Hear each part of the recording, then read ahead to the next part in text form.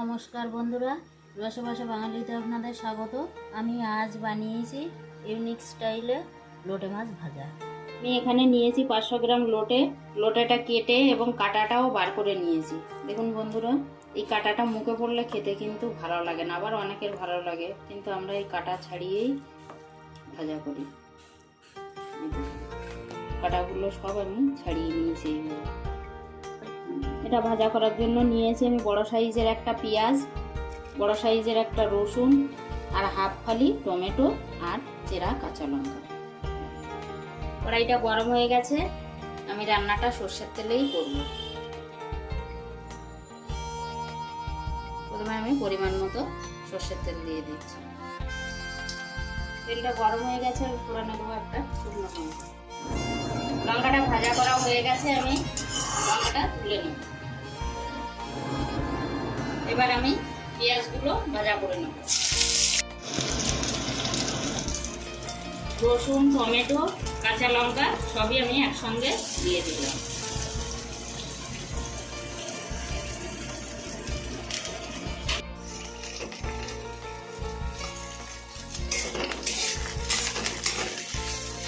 পেঁয়াজ রসুনটা আমি ভাজা করে নেব।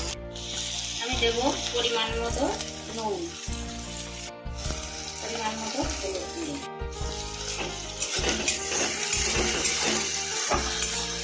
নুন আর হলুদের গুঁড়োটা আমি ভালোভাবে মিশিয়ে দিই।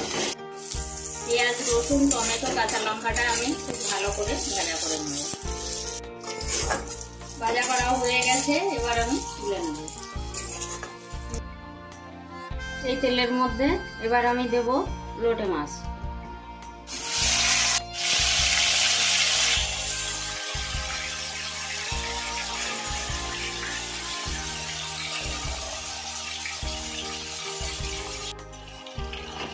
এই মাছটা দিয়ে কিন্তু একটু জল ধরবে।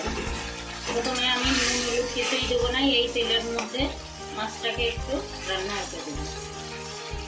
বন্ধুরা, মাছটা দেওয়ার পরে আমি কিন্তু নুন হলুদ কিছুই দিইনি, মাছটা দিয়ে একটু জল বেরিয়েছে। জলটা শুকিয়ে গেলে আমি পরিমাণ মতো নুন আর হলুদটা দিয়ে দেবো। মাছটা অনেকটাই কমে আসছে, এবার আমি দেবো স্বাদ মতো নুন।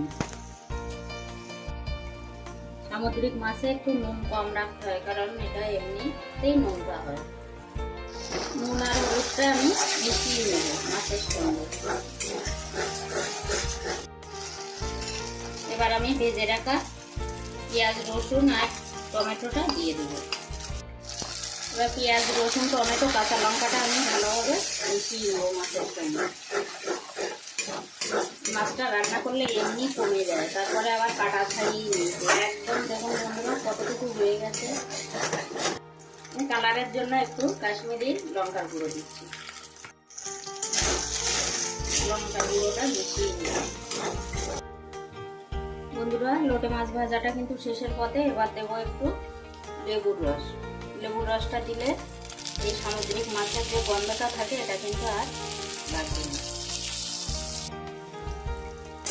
লেবুর রসটা আমি মাছের সঙ্গে মিশিয়ে নিই। এবার দেবো একটু গোলমরিচ গুঁড়ো।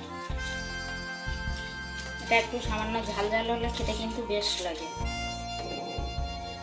বন্ধুরা, সব শেষে দেবো 1 মুঠো ফ্রেশ ধনেপাতা।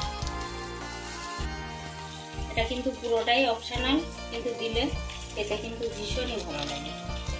এবার আমি ধনেপাতাটা মাছের সঙ্গে মিশিয়ে নিই।